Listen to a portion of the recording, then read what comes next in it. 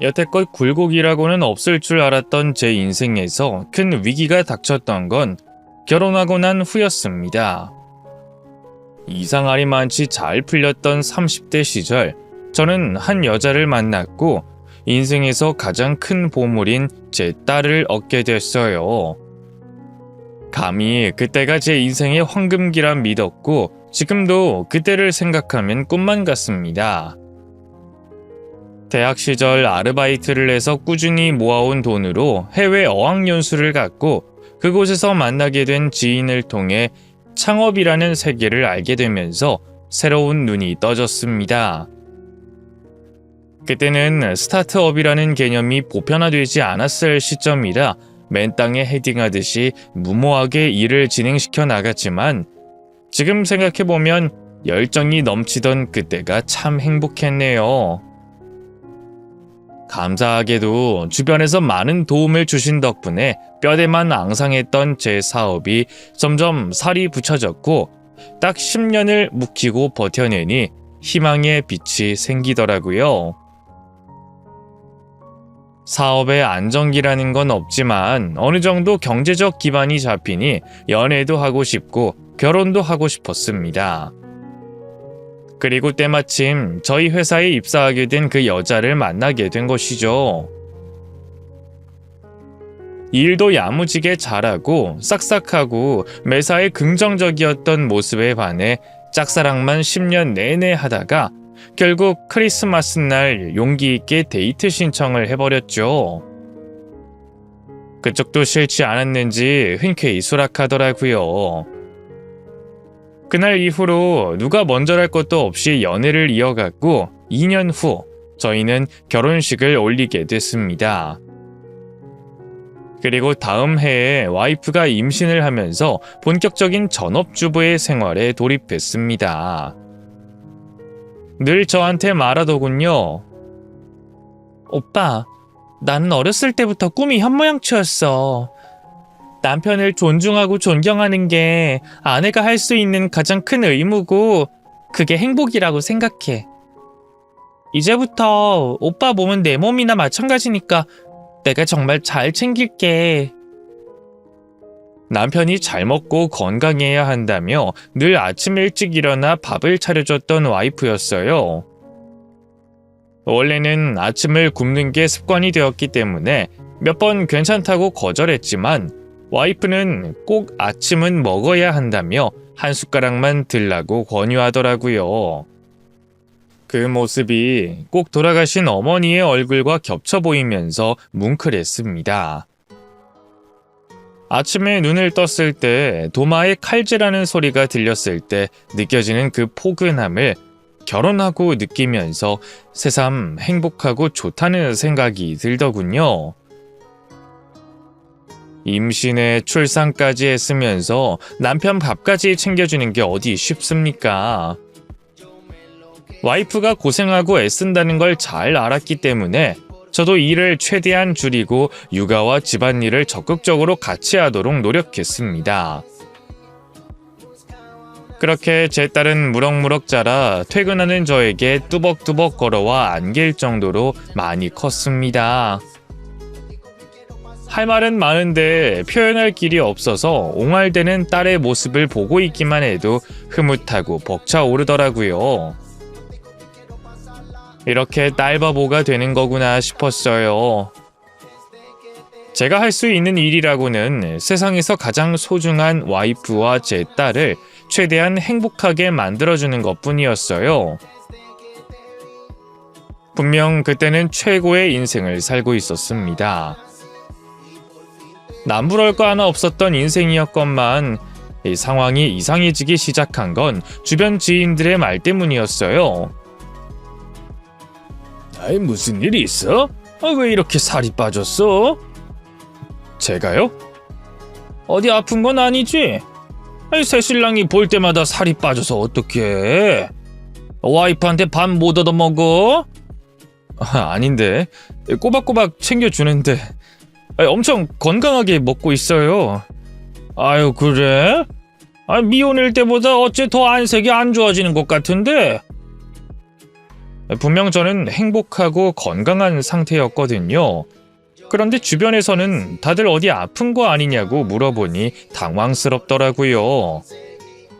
거울을 보니 얼굴살이 좀 빠진 것 같긴 해도 사람들이 놀랄 정도는 아닌 것 같은데 집에 가서 와이프한테 물어봐도 아니, 그대로인데?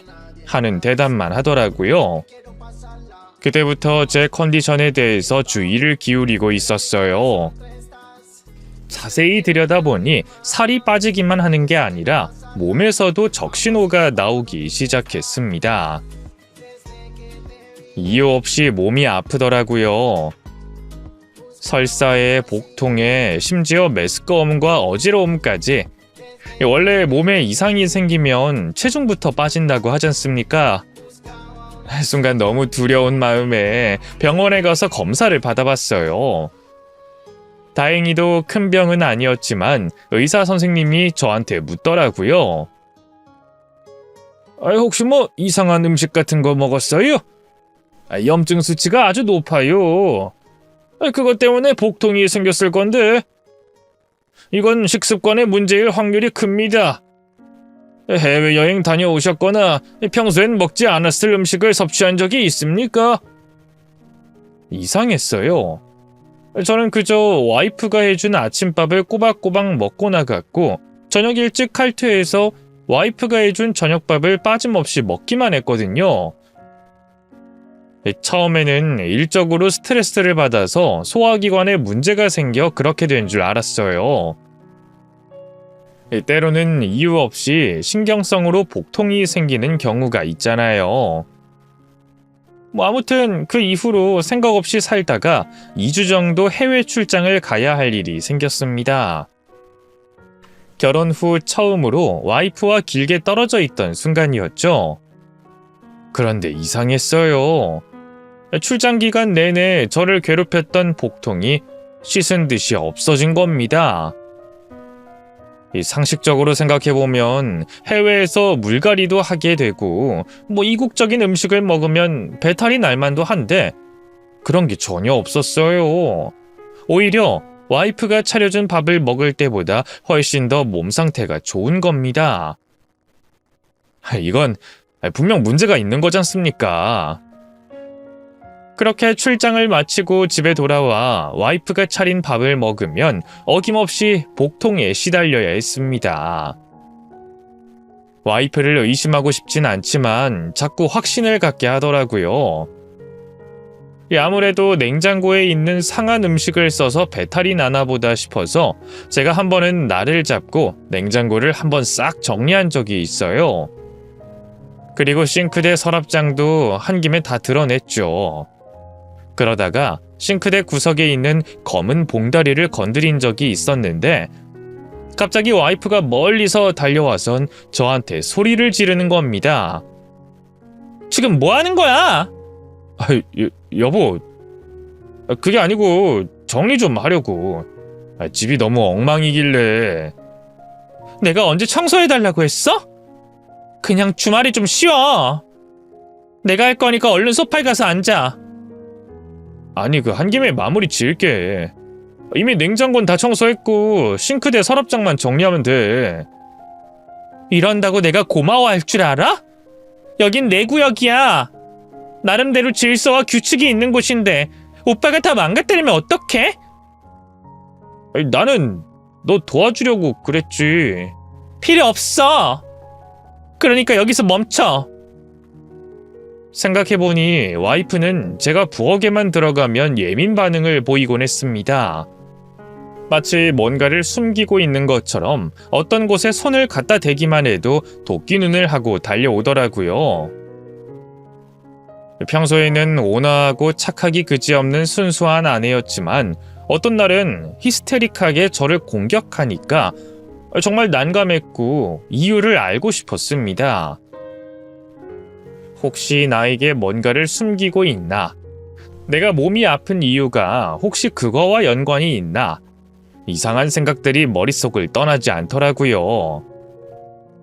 결국 밤을 새며 고민에 빠졌던 저는 결국에 와이프가 뭘 숨기고 있는지 알아야겠다는 결론에 도달했습니다. 최대한 자연스럽게 홈캠을 설치했어요. 와이프는 그때까지만 해도 시큰둥하더라고요. 내가 하루 종일 집에 있을 건데 왜 집에다가 CCTV를 설치하는 건데? 자기도 이제 자유롭게 친구들도 만나고 뭐 하고 싶은 일도 하고 운동도 하고 싶다며. 그러려면 사람을 고용해야 하는데 미리 설치하는 게 낫잖아. 그리고 아이들은 언제 어디서 사고가 터질지 몰라. 이거 뭐 어떻게 하는 건데? 내가 집에 있으면 오빠가 다 감시하게 되는 거야?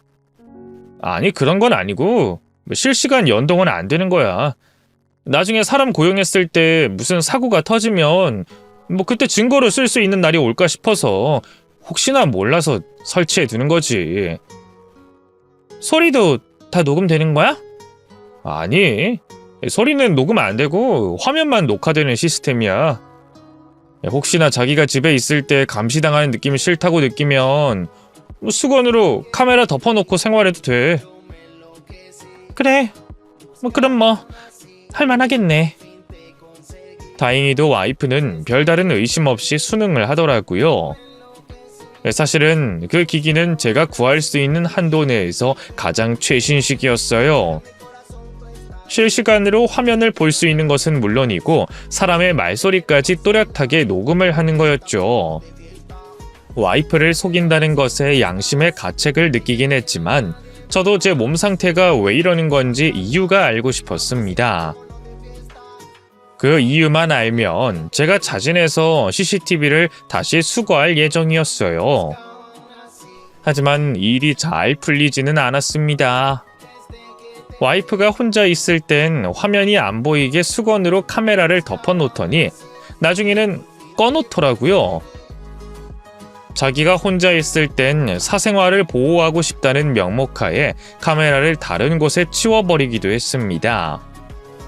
이대로 가다가는 단서 하나도 못 건질 것 같아서 결국엔 특단의 조치를 취했어요. 와이프 몰래 CCTV를 설치하기로 마음먹은 것이죠. 해서는 안 될 범죄라는 걸 잘 알았지만 이 방법밖에는 떠오르지 않았습니다. 특히 부엌 쪽에서 일어나는 일이 궁금했기 때문에 최대한 보이지 않는 곳에 카메라를 몰래 숨겨놨어요. 그리고 얼마 지나지 않아 충격적인 사건의 실체가 드러나게 됐습니다. 카메라에는 유독 장모님과 와이프가 자주 찍혔어요. 장모님이 가까운 곳에 사셨기 때문에 저희 애를 봐주러 많이 오셨거든요. 언제나 저를 만날 때마다 아유, 우리 기특한 사위, 둘도 없는 사위 하시면서 저를 아들처럼 대해주셨습니다. 그래서 저도 장모님을 어머님처럼 잘 모셨죠. 그런데 유독 화면 안에서는 제가 알던 모습과는 다른 얼굴이 되어 와이프와 얘기를 나누시더라고요. 김서방은 좀 어때? 똑같이 뭐. 이상하네. 묘하게 핀트가 어긋나는 것 같은 둘의 대화를 실시간으로 보면서 뭔가 이상하다는 걸 느끼고 있었어요. 대체 뭘까? 뭘 숨기고 있길래 둘의 대화가 마치 퍼즐이 엉켜있는 것처럼 어려운 걸까 고민하고 있던 어느 날 카메라에 또다시 잡힌 둘이 보였습니다. 와이프는 갑자기 이상한 말을 장모님께 하더라고요. 엄마, 이거 확실한 거 맞아? 아이, 맞다니까. 대체 내가 얼마나 더 해야 되는 건데. 3개월이면 골로 간다 했는데 질기네? 아이, 사람마다 다른 거겠지. 약초꾼 지인이 이거 독초라고 알려준 거니까 확실해. 아이, 근데 아직도 멀쩡하디? 그럴 리가 없을 텐데. 아무래도 병원에 다녀온 이후로 의심을 좀 하는 것 같아. 갑자기 안 하던 부엌 청소를 하겠다고 나서더라니까. 그때 독초 들었던 비닐봉투 열어보려고 했을 때 어찌나 시겁했던지. 아이, 그러게 잘 좀 숨기지 그랬어. 들키면 어쩌려고? 몰라. 매일 조금씩 주는데 너무 멀쩡하잖아. 점점 과감해지는 걸 어떡해? 그 약초꾼한테 더 독한 거 알아봐 달라고 하면 안 될까? 바랄 걸 바래. 안 그래도 그거 구하느라 살 떨려 죽는 줄 알았더만. 나더러도 그 짓을 하라고? 하여간 너 때문에 내가 제명에 못 살아. 좋은 남자 만나 시집간 데서 좋아했더만 덜컥 딴 데서 애를 임신해 오질 않나. 그놈이랑 다시 붙어먹질 않나. 나도 이게 잘하는 짓인지 모르겠다. 그럼 어떡해. 이미 아이는 낳아버렸고 물은 엎질러졌는데. 그러게 엄마가 말했지. 결혼 전에 그놈 정리하라고. 능력도 없고 뺀질대기만 하는 놈이 뭐가 좋다고. 얼굴만 번지르르 하면 뭐래. 사람이 우직함이 있어야지. 난 아무리 봐도 우리 사위만한 남자 못 봤다. 그러지 말고 그 계획 바꿔서 김서방한테 청착하는 건 안 될까? 양쪽에 잘하면 되잖아. 엄마가 도와줄게. 응? 안 돼. 이미 늦었어.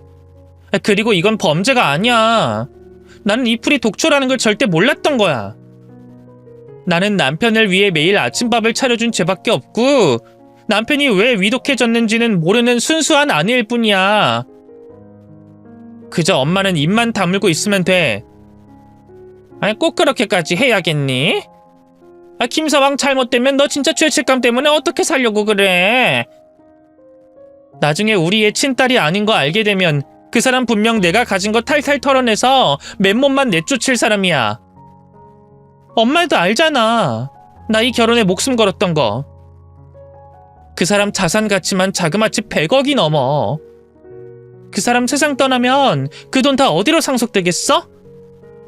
부모도 없는 남자가 누구한테 상속하겠어? 나 이대로 쫓겨나기엔 너무 억울해. 엄마도 딸이 행복하길 바라잖아. 나 우리 딸 친부랑 같이 키우고 싶어. 그러려면 돈이 필요해.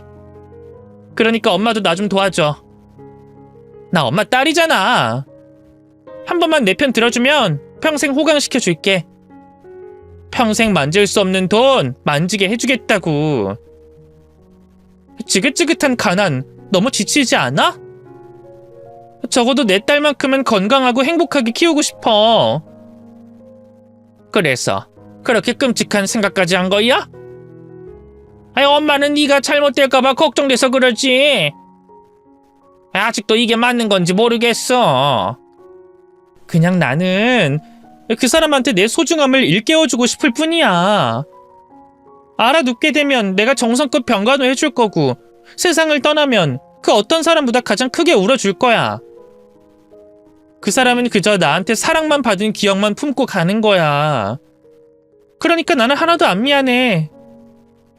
결혼 생활 내내 나는 희생만 했어. 그 사람이 나한테 조금이라도 미안하다면 나한테 원망의 감정은 갖지 말아야지. 나는 착하고 순종적인 아내였어. 그 사람은 착하니까 나를 다 이해해 줄 거야. 그리고 엄마, 나는 그 사람의 건강을 위해서 풀을 뜯어서 음식에 넣은 것뿐이야. 이게 뭐가 잘못됐는데? 내가 정성껏 요리하는 게 죄야? 훌륭한 아내인 게 죄인 건 아니잖아.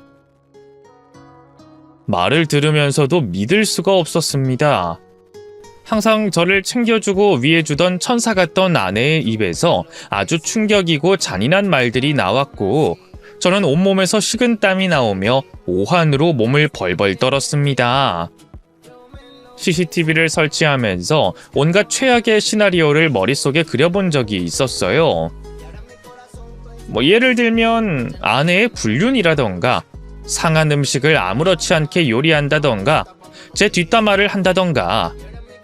하지만 제가 목격한 상황은 제 시나리오에는 전혀 없는 것일 뿐더러 정도를 넘어서는 것이었습니다. 세상에 하나뿐인 내 분신이라고 생각했던 제 딸은 알고 보니 다른 놈의 핏줄이었고 아내는 제 재산을 탐내며 저를 해칠 계획을 세우고 있었습니다. 대체 어디서부터 잘못됐던 걸까요? 와이프는 정말로 저를 사랑하지 않았던 걸지도 모릅니다. 오랫동안 만나던 남자가 있음에도 불구하고 저를 만났고 결혼까지 했음에도 불구하고 그놈과 계속 만나 임신까지 했으니 저는 안중에도 없었던 거겠죠. 거기서 잘못이 끝났더라면 차라리 다행이었겠지만 와이프는 끝도 모르고 욕심을 부렸어요. 겉으로는 제가 가진 거에 하나도 관심 없는 척, 순수하고 맑은 척은 다 하더니 결국엔 속으로 계산을 하고 있었던 겁니다. 이건 엄연한 미수범죄의 혼인 빙자였습니다. 도저히 용서할 수가 없었어요. 만약 제가 몰래 CCTV를 설치하지 않았더라면 저는 꼼짝없이 원한을 품은 채 세상을 떠났을지도 모를 일입니다. 그리고 와이프와 상간남은 제 돈으로 잘 먹고 잘 살았겠죠. 상상만 해도 속이 끓어올랐습니다. 그날은 도저히 와이프를 마주할 자신이 없어서 갑자기 출장이 잡혀 며칠 집에 못 들어간다고 한 뒤 차분하게 마음을 먹으려고 노력했습니다. 며칠 내내 밤을 새면서 생각했어요. 여태껏 사업을 하면서 이토록 힘들었던 적은 없었는데 와이프 하나를 잘못 만난 바람에 제 인생이 무너질 위기에 처하니 화가 나더라고요.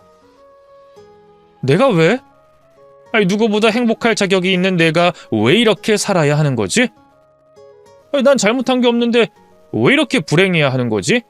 이런 생각들로 괴로워하다가 결국엔 주먹을 꽉 쥐고 이 사람들을 가만두지 않겠다고 결심을 했습니다. 그렇게 반격의 작전이 시작된 것이죠.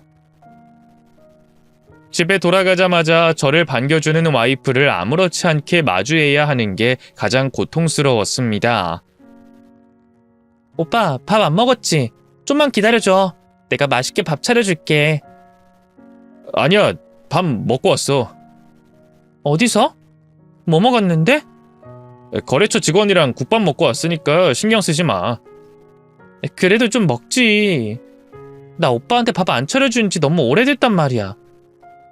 사람이 정성껏 차려준다고 하면 못 이기는 척 받아주면 안 돼? 배가 안 고픈 걸 어떡해. 알았어. 그럼 내일 아침은 꼭 차려줄게. 말이 나와서 하는 말인데 내일부터는 아침 안 차려줘도 돼. 왜? 항상 먹고 갔잖아. 내일부터 아침에 회의를 하기로 했는데 샌드위치나 김밥 먹으면서 하기로 했어. 그래도 든든하게 국이랑 반찬이랑 먹고 가야 일도 잘하지. 그러지 말고 내가 차려준 거 먹고 가. 아이, 됐다니까? 내가 알아서 하겠다고.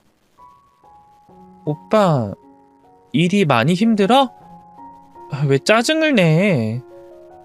그리고 오늘따라 기운이 없어 보이네? 어디 몸이 안 좋아? 바빠서 그래. 오늘은 좀 쉴게. 간식이라도 좀 해줄까? 쿠키나 빵 같은 건 어때? 입맛 없어. 요즘 몸도 좀 아프고 으슬으슬해. 아무래도 무리해서 일했더니 몸에서 반응이 오나 봐. 어머, 오빠 아파서 어떡해. 일단 좀 쉬어. 배고프면 내가 죽이라도 끓여줄 테니까 말만 해. 와이프는 아주 가증스럽게 저에게 무언가를 계속 먹이려고 하더라고요. 그날부로 저는 집에서 해주는 그 무엇도 입에 대지 않았습니다. 그리고 녹화된 영상 파일을 고스란히 USB에 담은 채로 가슴속에 품고 있었어요. 언젠가 이걸로 와이프에게 한 방을 먹일 작정이었죠. 그리고 저는 뒤에서 조사를 좀 했습니다.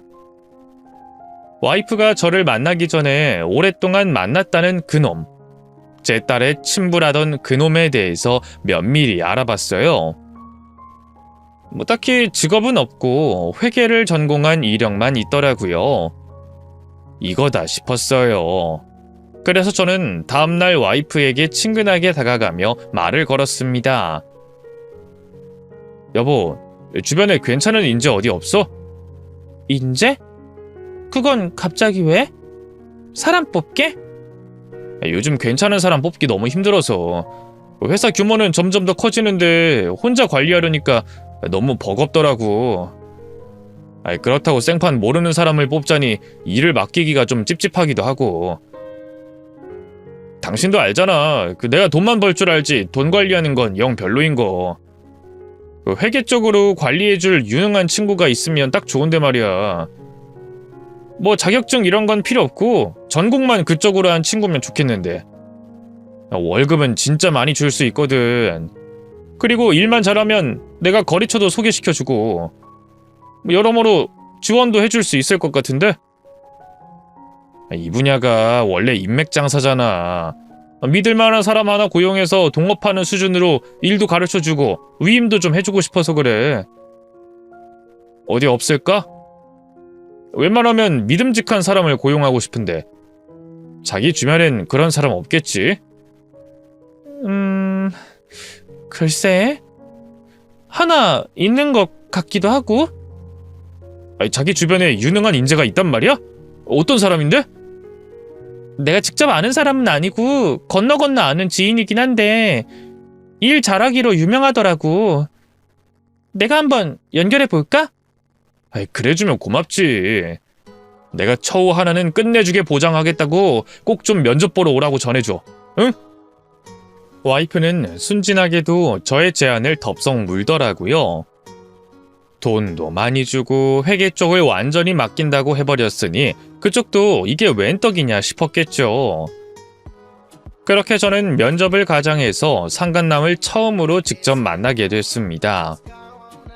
그놈의 얼굴을 본 순간 마음이 무너졌어요. 묘하게 제 딸과 눈매와 코가 닮아 있더라고요. 여태껏 지인들은 억지로 끼워 맞추며 제 딸이 저를 닮았다고 칭찬을 하곤 했습니다만 그놈의 얼굴을 보니 알겠더라고요.